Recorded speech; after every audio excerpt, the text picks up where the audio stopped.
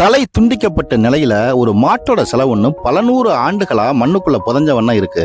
இந்த இடம் புதுக்கோட்டை மாவட்டம் நிம்மலிப்பட்டி கிராமத்துல இருக்கு.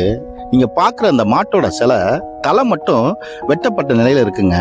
இந்த ஊர் மக்கள்கிட்ட கேட்கும்போது அவங்க சொல்றாங்க, பல நூறு ஆண்டுகளா இந்த மாட்டோட சிலை இங்கதான் இருக்குதான்.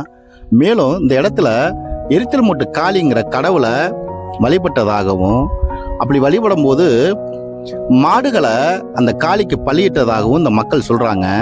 ஒரு முறை பூஜை நடத்தி மாடை பலியிடும் போது அந்த பூஜையில் ஏதோ தவறு நடந்ததாகவும், அதனால இந்த வெட்டப்பட்ட மாடு சிலையாகி போனதாகவும் இந்த ஊர் மக்களால இன்று வரை நம்பப்படுது.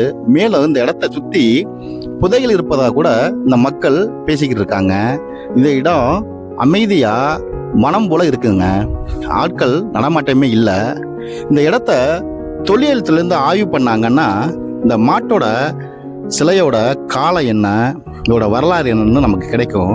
இந்த பதிவை பார்க்குற நண்பர்கள் இந்த பதிவை பற்றி எனக்கு கருத்துக்களை கண்டிப்பாக பதிவிடுங்க. நன்றி.